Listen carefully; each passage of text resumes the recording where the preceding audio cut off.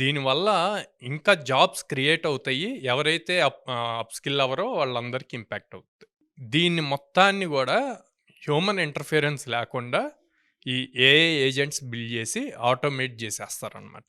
హ్మ్. సో, అలా ఆటోమేట్ చేసినప్పుడు టైం కలిసొస్తది. హ్యూమన్ రిసోర్సెస్ కలిసొస్తది. అండ్ ఫాస్ట్‌గా రిజల్ట్స్ ఒస్తాయి.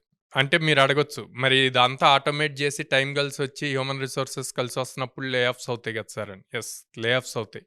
కానీ ఆ లెవెల్‌లో ఏఐ ఏజెంట్‌ని ట్రైన్ చేయాలి అంటే మళ్ళీ న్యూ జాబ్స్ కావాలిగా. హ్యూమన్సే కదా దాన్ని ట్రైన్ చేయాల్సింది. సో, ఆ టైప్ ఆఫ్ జాబ్స్ కొత్తగా క్రియేట్ అవుతాయి. ఓకే. సో, రెగ్యులర్ ఉన్న జాబ్స్ తగ్గిపోతాయి. న్యూ జాబ్స్ ఓపెన్ అవుతాయి.